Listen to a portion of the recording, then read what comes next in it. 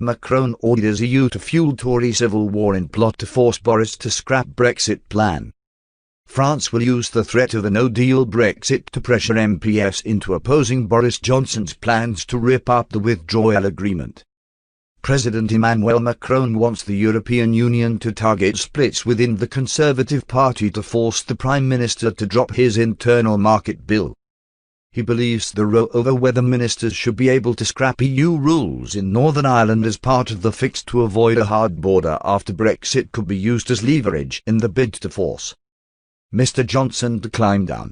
French Europe Minister Clement Beaune insisted Brussels should issue a take-it-or-leave-it ultimatum to MPs, forcing them to choose between a trade deal with the bloc or the Prime Minister's legislation.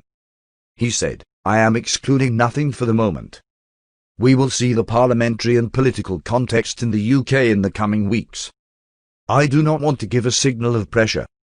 But on the other hand, it is clear that we cannot put in place an agreement on the future relationship if the withdrawal agreement has been called into question.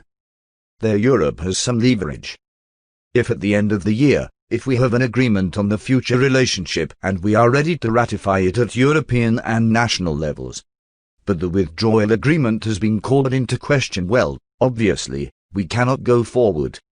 At a meeting of European Affairs Ministers, the bloc will resist any attempts to renegotiate the withdrawal agreement. They are expected to encourage Michel Barnier, the EU's chief Brexit negotiator, to continue trade talks with Britain while separately Eurocrats ponder legal action. Germany has called on Mr. Johnson to stop playing games as post-Brexit negotiations enter a crunch period. Europe Minister Michael Roth said, "Please, dear friends in London, stop the games. Time is running out. What we really need is a fair basis for further negotiations, and we are ready for that."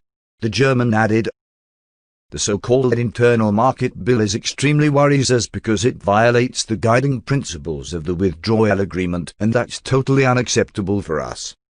European Commission Vice President Maros Sefcovic said the EU expects nothing more, nothing less than Britain to fully implement the divorce deal before the end of the year.